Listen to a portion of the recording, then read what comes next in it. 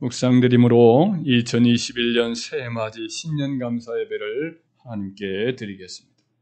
너희는 이전 일을 기억하지 말며 옛날 일을 생각하지 말라. 보라, 내가 새 일을 행하리니 이제 나타낼 것이라. 너희가 그것을 알지 못하겠느냐?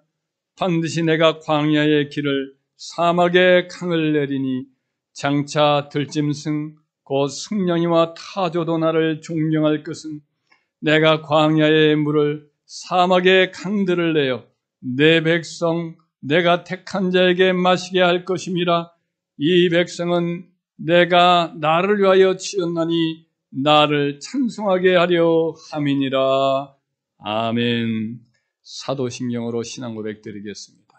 전능하사 천지를 만드신 하나님 아버지를 내가 믿사오며 그 외아들 우리 주 예수 그리스도를 믿사오니 이는 성령으로 잉태하사 동정녀 마리아에게 나시고 본디오 빌라도에게 고난을 받으사 십자가에 못 박혀 죽으시고 장사한 지 사흘 만에 죽은 자 가운데서 다시 살아나시며 하늘에 오르사 전능하신 하나님 우편에 앉아 계시다가 저리로서 산자와 죽은 자를 심판하러 오시리라. 성령을 믿사오며 거룩한 공예와 성도가 서로 교통하는 것과 죄를 사하여 주시는 것과 몸이 다시 사는 것과 영원히 사는 것을 믿사옵나이다. 아멘. 하나님의 말씀은 시편 62편 5절과 8절 말씀이 되겠습니다. 제 성경으로는 구약 성경 845페이지입니다. 함께 봉독하겠습니다. 나의 영혼아 잠잠히 하나님만 바라라. 물은 나의 소망이 그로부터 나오는도다. 백성들아 시시로 그를 의지하고 그의 앞에 마음을 토하라. 하나님은 우리의 피난처시로다. 아멘. 살아계신 하나님, 오늘 저희가 다 주의 말씀을 듣고자 주 앞에 모였사오니 저희들 한 사람 한 사람의 영혼의 귀가 열려서 주님의 말씀을 잘 듣게 하시고 우리 삶에 셈을 주셔서 올 새해에도 주의 뜻 따라 행하는 은혜를 베풀어 주시옵소서. 간과하는 여러 가지 기도들을 주님의 아시오니 들으시고 응답하여 주셔서 영혼이 잘됨같이 범사도 잘되고 강건한 축복을 허락해 주옵소서. 또 이 자리에 참석지 못한 주의 권속들에게도 동일한 은혜가 임하게 하여 주옵소서. 예수님의 이름으로 기도 올립나이다. 아멘. 서로 인사합시다. 주님의 이름으로 사랑합니다. 주님의 이름으로 사랑합니다. 주님의 이름으로 사랑합니다. 또 인터넷으로 예배를 드리는 우리 성도들에게도 새 인사를 전합니다. 주님의 이름으로 사랑합니다. 아멘. 말 그대로 다사다난했던 2020년이 저물고 이렇게 2021년 새해가 밝아왔습니다. 2021년 새해에는 참 힘든 일도 좀 잦아들고 온 세상이 밝아지고 활기찬 새해가 되기를 간절히 소망합니다. 새해를 맞아 신년 예배의 첫 말씀, 이 2021년 한 해를 보내는 동안 우리 교회 함께 가는 교회 공동체 모든 성도들이 또 교회가 이렇게 마음에 품고 또 살아갈 지표요 또 기도의 좌표가 되는 말씀이 무엇인가 하나님께 구하면서 묵상하면서 오늘 시편 이 62편 5절 말씀이 마음에 부딪혀 왔습니다. 나 영혼아 잠잠히 하나님만 바라라. 무릇 나의 소망이 그로부터 나오는도다. 할렐루야. 이 말씀이 마음에 이렇게 부딪혀 왔습니다.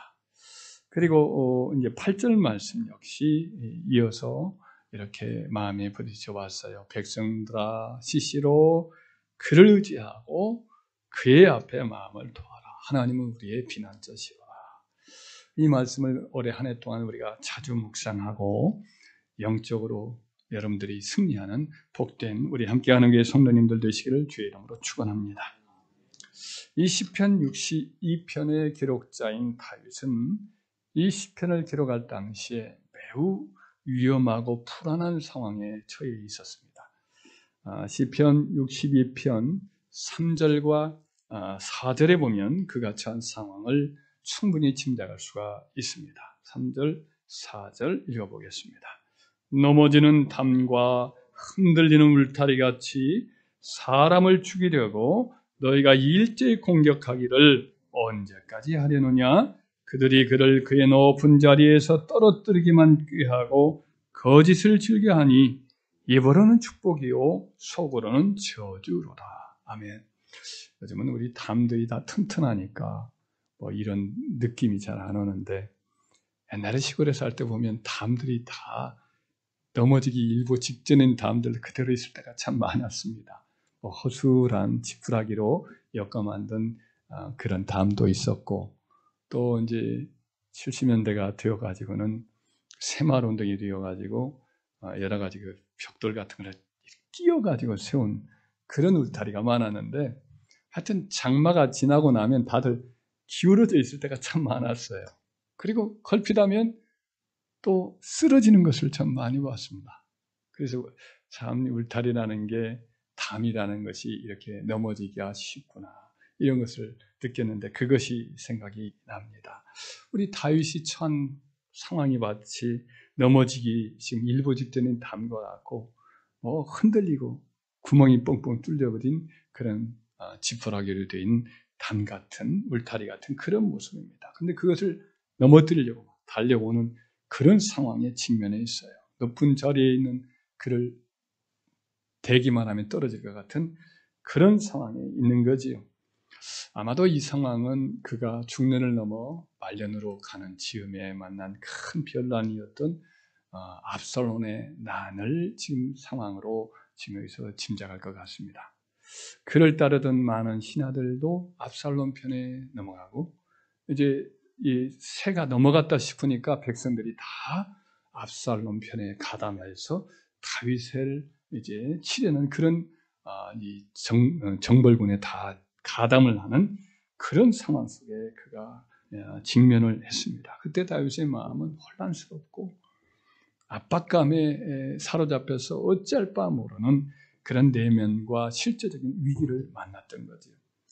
그런 흔들리는 위기 가운데에서 다윗은 오랜 신앙의 훈련을 통하여서 이제 가졌던 영적인 결단을 내리고 이를 실행에 옮기고자 합니다. 그것은 바로 어떤 거냐면 자기 자신을 향하여 이제 권면하는 거예요. 자기 자신을 향해서 이럴수록 하나님을 잠잠히 바라보라 라고 자기를 자꾸만 권면하는 그런 거지. 1절과 2절에 그런 다윗의 자기 마음을 향한 결단이 고백으로 나오죠. 한번 1절, 2절 읽겠습니다. 나의 영혼이 잠잠히 하나님만 바라며 나의 구원이 그에게서 나오는도다. 오직 그만이 나의 반석이시요 나의 구원이시요 나의 요새이시니 내가 크게 흔들리지 아니하리로다. 아멘. 그가 한 번만 이렇게 자기에게 권면하고 그러면 다 그대로 되는 것이 아니었던 것 같습니다. 그래서 그는 여러 번 재차 자기에게 또 권면을 하지. 이것이 이제 5절, 이제 7절까지 이르는 말씀인데 5절부터 7절까지 또 다시 읽겠습니다. 나의 영혼아 잠잠히 하나님만 바라라. 물은 나의 소망이 그로부터 나오는도다. 오직 그만이 나의 반석이시오 나의 구원이시오 나의 요새이시니 내가 흔들리지 아니하리로다. 나의 구원과 영광이 하나님께 있으며 내 힘의 반석과 피난처도 하나님께 있도다. 아멘. 그래서 다시 한번 또 자기를 권면하되 똑같은 말씀의 반복이라고도 할 수가 있습니다. 환경이 불안하고 여전히 위급해 흔들려요. 그럴수록 다윗은 자기 영혼을 향해 자기 심령을 향하여서 하나님만 잠잠히 바라보라 이렇게 권면하고 실행하죠. 그랬더니 처음에는 크게 흔들리지 아니하리로다 그랬는데 나중에는 이제는 좀 더 크게 흔들리긴 흔들려도 크게 흔들리지 않았는데 이번에는 어때요? 흔들리지 아니하리로다 이렇게 나와요. 점점 이를 통해서 승리해가는 모습을 고백하고 있습니다. 그러면 여기서 하나님만 잠잠히 바라보라고 하는 다윗의 이 성령의 감동으로 이렇게 고백된 이 의미는 어떤 뜻이 있을까요? 첫째 의미는 자기를 에워싸고 달려드는 거센 대적의 세력을 바라보는 시선에서 이걸 돌이키라는 뜻이 여기에 담겨 있습니다. 사람은 자기를 에워싸고 달려드는 세상의 거센 공격만을 바라보게 되면 결국 그 영향을 받게 됩니다. 두려워 떨게 되고 불안해지고 낙심에 빠지게 됩니다. 정신적인 압박감에 시달리고 좌절하기 십상입니다. 사람의 상상력, 사람의 생각 이런 것들은 비관적인 경향으로 떨어지기가 매우 쉽습니다. 그래서 어느 틈엔가 부정적이 되고 이것이 이제 이루어지지 않은 일인데도 부정적인 일들이 일어날 것이 확정적인 것을 생각하게 됩니다. 그러면 결국은 지나치게 움츠러들어서 얼마든지 대응할 수 있는 상황도 대응하지 못하고 주저하는 경우도 많이 있습니다. 그렇기 때문에 우리들은 우리를 에워싸고 압박을 주고 부담을 주고 막 흔들어지는 외부적 상황을 보면 이게 지나치게 우리 심령이 압도되지 않도록 그런 외부적 상황에 집중하지 않고 우리 응시하는 시선을 거두고 상상력이 너무 지나치게 비관적으로 흐르지 않도록 우리 시선을 절제하고 돌이킬 줄 아는 지혜가 있어야 할 줄 믿습니다. 올 한 해도 이런 하나님만 바라고 잠잠하라, 하나님만 잠잠히 바라봐라라는 이런 말씀의 의미 속에 우리를 에워싸고 막 흔들어대고 떨어뜨리려고 하는 이런 상황, 이런 어떤 외부적인 도전에 여러분들이 마음의 시선을 집중하지 않고 거둬들일 줄 아는 지혜가 있기를 주의 이름으로 축원합니다. 두 번째, 하나님만 잠잠히 바라보라 라고 하는 이 의미는 문제보다도 크신 하나님이 계시다라는 것을 기억하라는 거예요. 이 하나님을 자꾸만 기억하라는 의미가 여기에 담겨 있습니다. 하나님만 바라보라고 하는 다윗의 권면은 자기 자신으로 하여금 아무리 급박한 상황 속에서도 여전히 하나님을 생각하라라고 하는 그런 의미가 있는 거죠. 하나님께서는 여전히 내게 이런 급박한 상황이 있고 나를 옥죄는 상황이 있어도 이 상황을 하나님이 모르지 않고 계시다는 거예요. 하나님이 여전히 알고 계시고 이 상황을 하나님이 여전히 다스리고 있다는 상황, 그것을 인식하라는 거예요. 지금 상황은 여전히 흔들리고 있지만 하나님이 알고 계시고 다스리고 계시다라는 것을 아는 것, 이게 매우 중요합니다. 그래서 하나님께서 또 그런 문제보다 더 크시고 하나님은 얼마든지 반전을 일으키셔서 그 문제를 뒤집을 수 있는 분이다 라는 것을 생각하면 우리는 어떻게 되겠어요? 위축되지 않습니다. 당황하지 않습니다. 놀라지 않습니다. 오직 하나님만 바라라, 잠잠히 하나님만 바라라, 이 말씀은 이 상황 속에서도 여전히 하나님이 계시다, 하나님이 이 상황을 모르지 않고 주재하고 다스리고 있다, 이걸 기억하는 은혜가 있기를 주의 이름으로 축원합니다. 셋째로는 하나님만 잠잠히 바라보라 라고 하는 이 의미는 뭐냐면 절대적으로 구원이 하나님께만 달려있음을 믿고 이걸 하나님을 의지하라 라고 하는 그런 의미가 여기에 담겨 있습니다. 시편 62편의 이제 1절과 5절을 보면 하나님만 잠잠히 바라라 라는 것이 아니고 사실은 하나님을 잠잠히 바라라는 것이 아니고 하나님만 잠잠히 바라라라는 말씀으로 되어 있어요. 원문에 보면은 이 에크라는 단어가 여러 번 나옵니다. 이 아크라고 이렇게 되어 있는 이 단어인데 이것이 문장에 6번이나 나와요. 이 시편 62편에 이 단어가 6번 나오는데 아크라고 하는 오직이라는 말이에요. 오로지. 이 단어가 1절에도 맨 앞에 나와 있고 다 앞에만 나와 있어요. 5절에도 여기 똑같이 앞에만 나와 있고 6절에도 앞에만 나와 있고 그냥 언제나 앞에 나와 있어요. 이것은 강조가 되어 있는 거예요. 그러니까 이 원문의 1절 같은 경우도 그렇고 5절 같은 경우도 원문 그대로 본다면 오직 하나님만을 향하여 잠잠하라 나의 영혼아 뭐 이렇게 되어 있어요. 바라라는 말은 사실은 없습니다. 오직 하나님을 향하여 오직 하나님을 향하여 잠잠하라 내 영혼아 이런 의미가 이 문장의 원래 원문의 의미예요. 이것은 어떤 의미겠느냐? 왜 하나님만 향하여라는 말씀을 여기서 보여주고 있느냐라고 생각을 한다면 사람은 다른 것들을 자꾸만 이렇게 의지하려고 하는 그런 약한 습성이 있어요. 위급한 상황을 보면 당장 어려움을 처하면 하나님 아닌 당장 손에 잡히고 의지할 수 있는 다른 것들을 더 붙잡기가 쉽다는 거죠.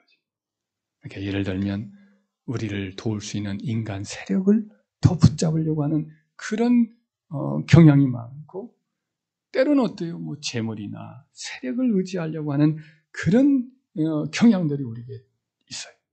근데 이렇게 되면 이렇게 임시 변통은 잠깐 할지 몰라도 결국은 문제를 더 꼬이게 만들기도 하고 때로는 더 악화를 시켜버릴 때도 종종 많아요. 그리고 나중에는 뒤탈이 나 이것이 큰 후회거리가 될 때도 종종 많이 있습니다. 다윗은 오랜 경험을 통해서 이런 것들이 참 잘못된 것을 많이 경험을 해서 본인도 시행착오로 많이 겪었어요. 사람을 의지하거나 다른 것들을 의지하는 것. 그래서 9절로부터 10절에서 그는 이렇게 고백을 합니다. 우리 9절로부터 10절을 함께 또 읽겠습니다. 아 슬프도다 사람은 입김이며 인생도 속임수이니 저울에 달면 그들은 입김보다 가벼우리로다. 포악을 의지하지 말며 탈취한 것으로 허망하여지지 말며 재물이 늘어도 거기에 마음을 두지 말지어다. 아멘. 그래서 이제 다윗이 인생들이 대체로 위급할 때, 어려움을 겪을 때 의지하고 더 붙들기로 쉬운 것들을 몇 가지를 여기 소개합니다. 사람, 세력을 붙들려고 하니까 경험해보니까 사람은 정말 연약한 존재예요. 허무한 존재예요. 마치 코끼리와 같이 잠깐 있다가 없어지는 너무나 연약한 존재가 사람인데 우리는 사람을 더 의지할 때가 많이 있단 말이지. 이거 붙들지 말아라. 또 포악을 의지하지 말아요. 권력을 의지하지 말아요. 권력도 마찬가지. 이것은 오래 갈 것, 영원할 것 같지만 그것으로 뭐든지 할 것 같지만 결국은 오래 못 가는 참 약한 존재. 하나님의 뚝 부러뜨리면 갈대처럼 무너지는 걸 우리는 우리나라 현대 정치사에서 참 매번 보잖아요. 하나님 꺾어버리면 아무리 해도 그 권력이 그냥 주저앉고 막. 또 탈취한 물건이나 늘어난 재물이라고 표현되어 있는 대로 재물을 사람은 의지하기가 쉬워요. 그런데 재물 역시 진짜 어려움이 오면 할 수 있는 일이 별로 없어요. 진짜 어려움이 오면 우리가 아무리 많은 돈을 갖고 있어도 그것이 할 수가 없는 일을 우리가 지금 눈앞에 목도하지. 예를 들면 코로나19 중국에서 먼저 터졌을 때에 미국은 아마 전혀 이것은 미개한 동양이나 일어날 수 있는 일이다 생각하고 그냥 남의 일이다 생각을 하고 비난하는 일을 했을 거예요. 그러나 통장 미국에 다 이것이 상용하니까 걷잡지 못하잖아요. 원자폭탄 수천 개를 만들어 놓고 수소폭탄 만들어 놓고 그리고 그 세계를 얼마든지 그냥 휘어잡을 수 있는 권력과 그 능력을 다 가지고 있어요. 모든 이 최인류 기업을 다 갖고 있어요. 근데 못하잖아요. 속수무태 당하고 있잖아요. 이걸 보면 돈 없어서 못하는 것도 아니고 현대적 기술이 없어서 못하는 것도 아니고 힘이 없고 권력이 없어서 못하는 것도 아니란 말이에요. 이것은 사람의 모든 것들이 다 헛된 것을 보여주는 여러 가지 일들이 있어요. 돈이 아무리 많아도 안 되는 것이 너무 많아요. 우리의 삶에도 마찬가지. 힘으로, 능력으로, 사람으로 안 돼, 세력으로 안 돼, 권력으로도 안 돼. 하나님만이 하실 수 있는 것. 할렐루야. 이런 일들을 보여주는 한 단면이 이번 일 같지 않습니까? 모든 사람에게 인간의 연약함을 보여주다. 다 평등하잖아요. 모두가 다 평등하게 돼. 이 작은 바이러스 앞에서도 무력한 인간의 모습을 보여줘요. 보여주고 있어요. 그래서 우리는 다윗이 이걸 얘기하면서 하나님만 바라봐라 이런 말씀합니다. 그리고 하나님만 바라볼 이유에 대해서 그는 개인적인 체험이 있었던 거죠. 많은 어려움을 겪고 쫓기며 죽음의 위기를 많이 겪었던 다윗이 하나님의 도우심으로 그것을 이겨내곤 했어요. 그래서 그는 10절과 11절과 12절에 자기의 경험을 힘입어서 영적인 체험적 지식을 통해서 이렇게 하나님만 의지할 이유를 말합니다. 11절 12절 읽겠습니다. 하나님이 한두 번 하신 말씀을 내가 들었나니 권능은 하나님께 속하였다 하셨도다. 주여 인자함은 주께 속하오니 주께서 각 사람이 행한 대로 갚으십니다. 아멘. 그가 성령의 음성으로 아주 그 마음에 뚜렷이 하나님이 하신 말씀이다 라고 하는 말씀을 두어 차례 들었던 것 같습니다. 한 가지는 하나님이 하신 말씀이 권능은 내게 있다. 하나님이 그에게 주시고 힘이 내게 있다. 네 삶의 문제를 해결할 능력은 내게 있다 라고 하시는 말씀은 하나님이 하신 거예요. 또 한 가지 뭡니까? 인자함이 되게 있다 라는 거예요. 이 헤세드란 단어인데 이것은 하나님 백성을 향한 언약적인 사랑을 말하는 거예요. 나를 의뢰하고 신뢰하는 자에게는 내가 반드시 붙들어 주마. 너를 사랑한다 라고 하는 이 언약적인 사랑. 우리는 실패하고 때로는 우리 연약하고 우리는 주를 배신할지라도 한번 하나님이 사랑의 언약을 맺은 사람은 끝까지 버리지 않는 그 사랑. 이것이 내게 있다라고 하신 하나님의 음성을 들은 거지요.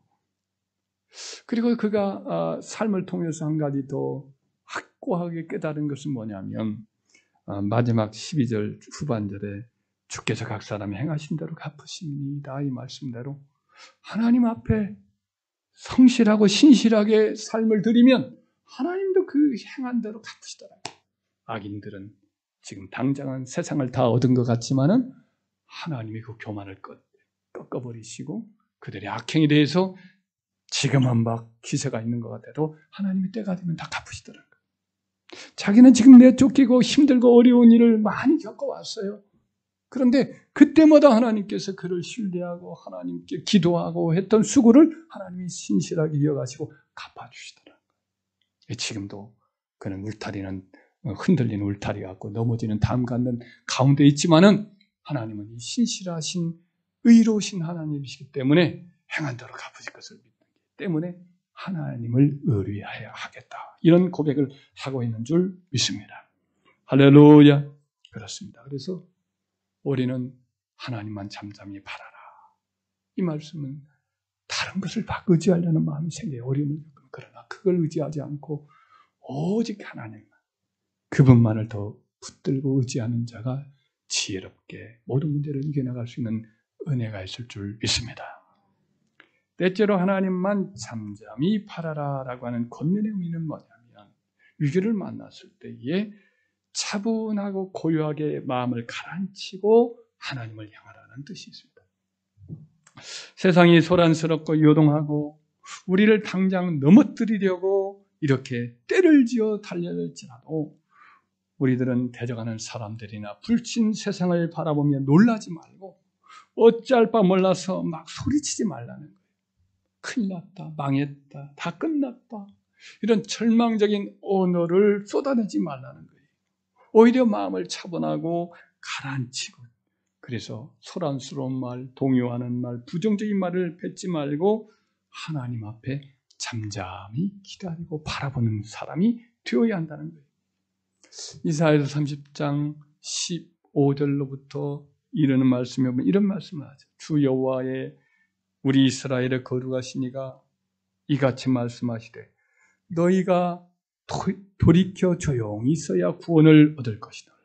이렇게 말씀을 하시는데 너희가 원하지 아니하고 이러기를 아니라 우리는 말 타고 도망하리라 하였으므로 너희가 도망할 것이고 또 이르기를 우리가 빠른 짐승을 타리라 하였으므로 너희를 쫓는 자가 빠르리라. 이렇게 말씀을 하시거든요. 이 말씀을 하는 이사야 당시에 유다의 상황은 아수르가 막 압박을 행하는 그런 상황입니다. 북쪽에서 막 거세게 몰아붙이고 있는 상황이에요. 이런 상황에서 이 사람들, 유다 사람들 가운데 일부 이제 불신앙적인 사람들은 우리가 저 후방에 있는 애굽으로 말 타고 도망가면 아무리 지금 내려오면 우리가 밑으로 도망을 치면 된다. 뭐 말 가지고 그러면 우리 식구들은 어떠하냐? 말보다 더 든든하고 모두를 끌고 가는 빠른 이 마차가 있지 않느냐? 우리가 애굽에서 그 수입해가지고 우리 집에다가 갖다 놓고 이거 말 타고 또 빠른 말 타고 도망가면 될 것이다. 이런 말을 하는 거죠. 그런데 어때요? 그 사람들은 이렇게 동요하고 막 도망칠 생각하고 하나님을 생각하지 않는데 그렇게 두려워 떨리는 말을 하는 그 말을 하나님이 들으시고 그대로 해야겠다. 너희가 한 말 그대로 내가 도망가리라 하는 거라 도망치겠고 우리가 빨리 도망가리라 하면 더 빠른 말을 내가 그들을 추격하는 자가 더 빠르게 하겠다라고 하시는 거죠. 그래서 우리는 어떻게 해야 됩니까? 상황이 안 좋아요. 힘들어요. 그럴 때 우리가 요동하지 말고 마음에 놀라지 말고 두려워도 말고 오히려 차분하게 마음을 다스리는 자가 되어야 할 줄 믿습니다. 부정적인 말을 입 밖에 내지 않고 망했다, 큰일 났다, 끝났다 뭐 이런 말을 하지 마. 그럴수록 차분해야 돼. 그래서 베드로 전서 3장 3절 이하에 보면 그 자매들에게 주는 사도의 권면이 이런 말이 나옵니다. 너희 단장은 머리를 꾸미고 금을 차고 아름다운 옷을 입는 외모로 하지 말고 오직 마음에 숨은 사람, 속사람을 말하는 거죠. 영혼은 내적인 그 인격을 말하죠. 너희 숨은 사람을 온유하고 안정된 심령에 썩지 않을 것으로 단장해라. 이는 하나님 앞에 값진 것이니라. 사라가 아브라함의 아내 사라가 아브라함을 주라 칭하여 순종한 것 같이 너희는 선을 행하고 아무 두려운 일에도 놀라지 아니하면 그의 딸이 된 것이니라. 이런 말씀이에요. 사라를 모델로 여기서 제시를 합니다. 사라가 사실은 그 아브라함의 가문을 잘 지켜나간 것은 사실은 아브라함이 아니라 사라는 좀 뒤에 있는 것 같지만 사라가 더 대장부가 된 마음이 심장이 강심장이었던 것 같습니다. 아브라함은 조금만 있으면 아내를 그냥 팔아 넘겨서라도 이렇게 자기 목숨을 보존하는 겁쟁이가 2번이나 되잖아요. 그런데 사라는 그럴 때에도 하나님을 의지하고 마음을 차분히 하면서 당당했던 것 같습니다. 그래서 사라가 아무 두려운 일에도 놀라지 아니함으로 하나님의 딸이 되었어요. 그러니까 우리들도 이렇게 두렵고 놀라운 일을 겪을 때 막 요동하지 말고 부정적인 말 쏟지 말고 차분하게 하나님을 바라보며 잠잠하게 고요하고 평온하게 마음을 가지면서 하나님을 바라볼 때에 아무리 밀물같이 닥쳐오는 외부 세력이 있어도 우리 마음까지는 점령 못하는 거거든요. 할렐루야. 뭐 가정까지 점령 못하는 거 세상이 아무리 요동해도 우리 가정, 우리 자녀들 편하게 말씀 읽고 기도하고 우리 하나님께 기도하자 하고는 평온하게 참청하고 이렇게 하면 가정까지 못 들어오는 거예요. 다 입으로 말로 막 다 들어오는 거 큰일 났다 망했다. 뭐 이렇게 하면 집안까지는 막 들어오는 거예요. 세상에 막 무서운 물결이. 그렇게 하지 맙시다. 할렐루야. 5째로 하나님만 잠잠히 바라보라는 이 말씀에는 이제 하나님을 향하여 우리의 마음을 기도로 쏟으라는 말씀이 있습니다. 우리가 읽은 본문 말씀인 시편 62편과 8절, 거의 5절로부터 6절, 7절은 같은 맥락이니까 8절까지 5절과 8절만 우리 다시 한번 읽어봅시다. 시작. 나 영혼아 잠잠히 하나님만 바라라. 물은 나의 소망이 그로부터 나오는도다. 백성들아 시시로기를 의지하고 그의 앞에 마음을 토하라. 하나님은 우리의 피난처시로라. 아멘. 예, 왜 우리가 하나님만 향하고 잠잠하게 내 영혼아 잠잠히 있으라 이렇게 이 다윗이 이렇게 자기 스스로에게 권면을 하느냐? 무릇 나의 소망이 그로부터 나오는도다. 왜냐하면 내 소망이 하나님께로부터 나오기 때문이다라고 말해요. 이 소망이라는 말은 이제 장래, 미래라는 말고 성경에 자주 이렇게 같이 나올 때가 많아요. 거기서 보면은 예레미야 29장 11절에 보면 이런 은혜로운 말씀이 나옵니다. 여호와의 말씀이니라 너희를 향한 나의 생각을 내가 아나니 평안이요 재앙이 아니니라. 너희에게 미래와 희망을 주는 것입니다. 이 희망이란 말이 오늘 본문에 나오는 이 소망이란 단어와 히브리어 같아요. 그러니까 기다리는 가운데 기대감을 가지고 이렇게 바라보는 이 희망, 소망 같은 단어죠. 근데 미래라는 말하고 같이 장래의 모든 것, 이것이 우리에게 장래를 주는 거죠. 미래를 주는 거죠. 누가요? 하나님이. 소망도 우리에게 주시는 분이 하나님이세요. 하나님을 그래서 자꾸만 바라보고 의지하게 되면 하나님이 우리 마음에 희망을 주시고 소망을 이렇게 생기도록 도와주세요. 아무리 상황이 절망적인 상황이고 암울하고 끝이 보이지 않는 캄캄함이 있고 끝이 안 보이는 터널 같은 상황이 전개될지라도 우리가 하나님을 바라보잖아요. 그럼 빛이 보이고 그리고 희망이 생기게 우리 마음속에 그런 희망을 불러일으키시는 은혜가 있고 그 희망을 하나님은 이루어 주셔요. 할렐루야. 그래서 오늘 본문의 말씀에 그렇게 하나님을 향하여서 자꾸만 바라보라는 거예요. 그리고 그분에게 마음을 이렇게 토하라, 쏟아라 이런 말씀이죠. 그 앞에 너희 마음을 쏟아라. 이 기도로 우리의 막 이 두려움, 스트레스, 불안감 뭐 이런 것들이 우리에게 밀려 들어오잖아요. 세상이 하도 그렇게 요단하고 암울하면 그럼 어떻게 합니까?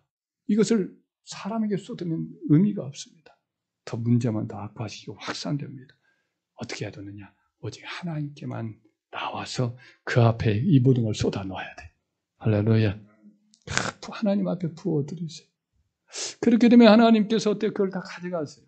하나님은 바다 같아서 아무리 막 그냥 시큼하고 막 흙탕물이 흘러내려도 바다가 다 받아들여서 이걸 잠잠하고 맑게 만들어버리듯이 우리가 하나님 앞에 우리의 모든 스트레스와 불안과 그 여러 가지 그 염려나 이런 것들이 있으면 하나님께 와서 다 내려놓으면 하나님이 다 받아들입니다. 그리고는 우리의 마음에 참강수 같은 물로 다시 다 성령의 생수로 다 채워주셔요.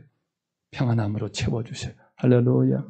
그리고는 우리 마음의 불안과 두려움과 절망 대신에 소망을 주셔요. 기대를 주셔요. 이런 상황 속에서도 하나님은 놀라운 일, 우리가 생각하지 못한 기이한 일을 행할 수도 있어요. 그래, 사람으로는 할 수 없지만 하나님은 할 수 있지. 할렐루야. 그리고 신락 같은 빛이 들어오면서 그 빛이 되는 그 소망을 붙들고 기도하게 돼요. 할렐루야. 그렇게 되면서 하나님이 또 그 기도와 소망을 가지고 일을 하신단 말이에요. 너희 가운데 계시는 분은 하나님이시니 너희 가운데 소원을 두고 행하게 하신다 그러잖아요. 하나님이 소원을 주시고 또 그 소원을 붙들고 의지하면서 나아가면 놀랍게 도저히 불가능한 것도 길을 열어주시죠. 보라 내가 새 일을 행하리라 그러잖아요. 광야의 길을 사막에 놀라운 그 생수를 불러일으키는 솟아나게 하시는 그런 일을 하나님은 이스라엘 역사 속에도 행하셨고 지금도 행하시는 줄 믿습니다. 하나님 믿는 백성들은 간증들이 참 많지. 뭐 회사가 망했잖아요. 끝났어요. 문 닫아야 돼요. 그런데 그냥 하나님 앞에 가가지고 부르짖고 기도하고 있었더니 놀랍게 기이하게 문제가 해결되고 함정에 선을 이루는 일이 참 많이 있지 않습니까? 저도 막 그런 일을 참 많이 겪었습니다. 그렇기 때문에 올해 이 새해를 맞이했는데 여전히 현실적으로는 뭐 코로나19가 어떻게 진행될지 우리는 가늠 못하잖아요. 또 교회를 향한 세상의 시선이 지금 많이 뭐 거칠어져 있고 곱지 않아요. 그런데 어떻게 될지 우리도 가늠이 안 돼요. 우리 나라의 정치적 상황이나 경제적 상황이나 여기적 상황이 어떻게 될지도 우리가 모르고 우리 개인이나 또 가정이나 또 우리 식구들 모든 식구들이나 또 교회가 어떤 상황을 직면할지 그건 몰라요. 하지만 분명한 대응책은 오늘 우리 교회 공동체 함께가는 교회 공동체에 주신 이 말씀에 해결책에 담겨 있는 줄 믿습니다.